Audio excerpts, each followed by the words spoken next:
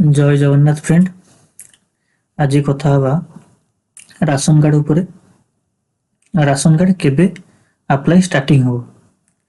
Main topic है आज जे ration card केबे पोर्टल ओपन हो नुआ राशन कार्ड अप्लाई पे। ठीक अच्छे, बहुत दिन रू बहुत लोग अपेक्षा कर नुआ राशन कार्ड पे। मुझे कहि आपन को जे केबे पर्टिकुलर केबे खोलिबो राशन कार्ड, एबे कौन कौन राशन कार्ड पोर्टल आपन करि परिबे, कौन न करि परिबे। मुझे फुल डिटेल्स आपन जणेबी। आ राशन कार्ड रो भी टोल फ्री नंबर आपन को देबी। आपन राशन कार्ड रे किछि प्रॉब्लम थिबो यदि आपन डायरेक्ट टोल फ्री नंबर को फोन करी आपन बुझी परिबे। आपन समस्या रो समाधान पई आपन कहि परिबे। ठीक अछि। एबे ओडिशा सरकार नुआ टोल फ्री नंबर जारी करछंती। से टोल फ्री नंबर आपन कॉल करी आपनकर कोन असुविधा होची, कोन होची आपन जणाई परिबे। ठीक अछि, सीधा सळक जणाई परिबे। चलंतु मु आज कहि दोची राशन कार्ड पोर्टल ले कोन कोन हे परची, कोन न हे परची मु कहूची। लास्ट को जणेबी टोल फ्री नंबर कोन। आपन को टोल फ्री रे डायरेक्ट कॉल करी आपन राशन कार्ड हेची कि नहीं, कोन पई हेनी आपन पचारि करी बुझी परिबे। सेटा शेष रे कहबा। फास्ट आम जान दबा राशन कार्ड पोर्टल रे एबे कोन कोन हे परिबो। ठीक अछि।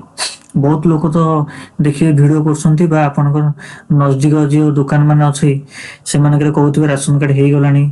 मते प्रॉब्लम होची जे लोक बहुत लोक आसी मते क्वेश्चन जे अलगा लोक राशन कार्ड अप्लाई करछंती आपन काई करि पान नांदी।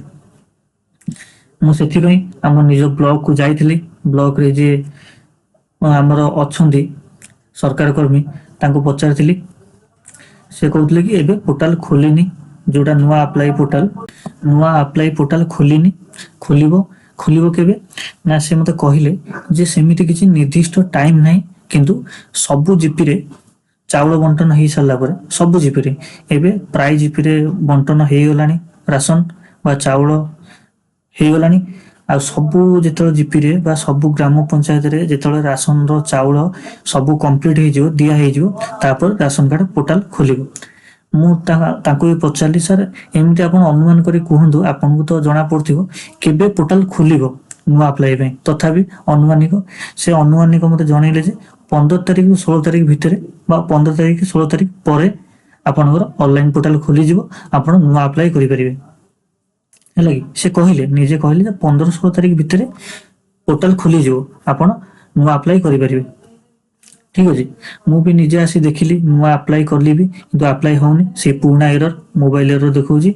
तापरे एबे कोन कोन करि परिबे राशन कार्ड पोर्टल देखंतु नुआ अप्लाई होउनी। ठीक अछि। आपन जदि मेंबर डिलीट करिवे, जदि राशन कार्ड रो मेंबर डिलीट करिवे ताले केवल मेंबर डिलीट होउची, आउ किछि होउनी। ठीक अछि। नुआ राशन कार्ड अप्लाई होउनी कि मेंबर भी ऐड होउनी। ठीक अछि। केवल राशन कार्ड पोर्टल आपन कोन करिवे डिलीट मेंबर करि परिबे। देखंतु ए जो अछि डिलीट मेंबर, आपन केवल मेंबर को डिलीट करि परिबे बा आधार जो राशन कार्ड डाउनलोड करि परिबे। ए दीटा काम ए पोर्टल करि परिबे, आउ किछि करि परिबेनी। ठीक अछि। 15 तारिख परे ऑनलाइन पोर्टल खोला हे जिवो। ठीक अछि। 15 तारिख पर ऑनलाइन पोर्टल खोला हे जिवो, आपन नुआ राशन कार्ड अप्लाई करि परिबे। ठीक अछि। आ जो माने मेंबर काटियो चाहंती बा जो मानकर झियो भाई जाइसंती से माने मेंबर केमिति काटिबे मु जदि कहबे वीडियो कर देबी। सेति पई आपन ration card mobile number link होतबा दरकार। ठीक अछि। आपन ration card mobile number link हेतिबा दरकार। जदि भी लिंक नाही ताले आपन ब्लॉक को जानतु, कहंतु जे मोर डिलीट हो मेंबर, मोर मोबाइल नंबर लिंक नाही, से लिंक कर देबे। संगे संगे एबे 24 घंटा भीतर लिंक हे जाउची। आपन निज ब्लॉक को जाई कहिबे आपनकर कोन हेची असुविधा बा मोबाइल नंबर लिंक नाही कि मोबाइल नंबर हजि हेची, आपन कहिले आपनकर जो नुआ मोबाइल नंबर थिबो सेही नंबर आपन राशन कार्ड लिंक कर दिया हो। ठीक अछि। तापरे आपन सबु जो सर्विस अछि तार लाभ उठै परिबे। जदि मोबाइल नंबर लिंक नथिबो ताले आपन किछि भी करि परिबेन। ठीक अछि।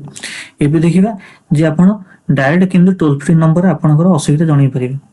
ठीक अछि। से नंबर मु आज शो कर दोची। देखंतु टोल फ्री नंबर जारी करछंती, देखि पारथिबे।